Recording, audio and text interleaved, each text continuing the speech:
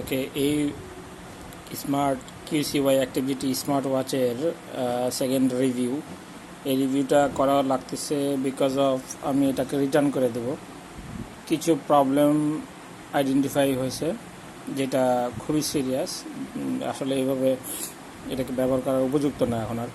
যেমন ধরেন, first time যে প্রবলেমটা হয়, আমি যদি পড়ে থাকি, এটা রিস্ক টু অ্যাওয়েক এই ফিচারটা কিন্তু এটাতে দেওয়া আছে। এখানে কিন্তু ব্লিঙ্ক করতেছে, অটোমেটিক ব্লিঙ্ক করে বন্ধ হয়ে গেল। এই যে ব্লিঙ্ক করে না, এখানে দেখছেন ব্লিঙ্ক করে এই ডিসপ্লে। এটা একটা মারাত্মক একটা আবার এই যে রিস্ক টু অ্যাওয়েক এই ফিচারটা কিন্তু এটাতে দেখেন এটাতে অ্যাক্টিভ করা আছে। এইটা হলো এই যে ব্লু কালারের এটা risk two awake feature. So এই ফিচারটাকে যদি আমরা অন রাখি, দেন হলো এটার হলো রিস্ক টু অ্যাওয়েক হলো ফিচারটা কাজ করার কথা। যেমন এইভাবে করলাম, উল্টায় দিলাম, এবং যদি এভাবে অন করি বা এইভাবে যদি উল্টাই, তাহলে ওটাকে দেখতে পাওয়ার কথা, মানে আমার এই ডিসপ্লেটা জ্বলে ওঠার কথা এবং আমার টাইমটা দেখার কথা।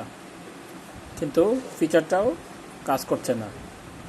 এই ফিচারটা যেমন কাজ করে না, তেমনি এই ডিসপ্লেটা সাডেনলি ব্লিঙ্ক করা শুরু করে, যেটা একটু আগে প্রথমের দিকেই দেখছেন এই ব্লিঙ্ক করে। তবে ব্লিঙ্কটা সবসময় করতেছে না এখনও, কিন্তু এটা ভবিষ্যতে আরও বাড়তে পারে। এটা সিম্পলি যেভাবে ব্লিঙ্ক করে তাতে মনে হচ্ছে যে ডিসপ্লে যে কোনো সময় খারাপ হয়ে যাবে। সো আমি ডিসিশন নিয়েছি যে এটাকে চেঞ্জ করার জন্য রিকোয়েস্ট করবো স্টারটেকে। সেইটা হলো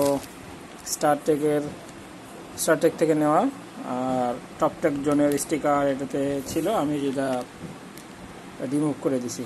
সো দেখা যাক এইটা আমরা পরে আবার রিটার্ন কোনো ভালো প্রোডাক্ট পাই কিনা। সো আমি আজকে তাদের সাথে যোগাযোগ করব এবং এটার আপডেট আপনাদেরকে জানাবো যে তারা আসলে কেমনভাবে এইটাকে রিটার্ন করে, কেমন সার্ভিস দিচ্ছে। এর ভিতরে সব কিছুই আছে। আমাকে যেটা বলা হয়েছিল যে এই ভিডিও করে রাখতে, সতর্কবাণী হিসাবে ভিডিওটা করে রাখতে, যেটা আমি অলরেডি করছি, মানে আনবক্সিং ভিডিও। দেন এই জিনিসটা আমার সেই জিনিসটা যেটা আমি রিটার্ন করে দেব। এতে অনেক আরও প্রবলেম আছে, প্রবলেমগুলো আমি আর বলতেছি না। আমি জাস্ট এই দুটো প্রবলেম আইডেন্টিফাইড, যেগুলো আসলে প্রবলেম।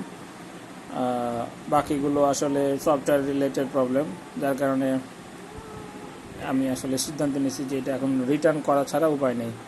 আদারওয়াইজ এটা 2-1 দিন পরে, আরও মাসখানেক পরে ডিসপ্লে নষ্ট হয়ে যেতে পারে। সো অ্যাক্টিভিটি কেনার আগে এই রিভিউটা অবশ্যই দেখে তারপরে কেনার সিদ্ধান্ত নেবেন।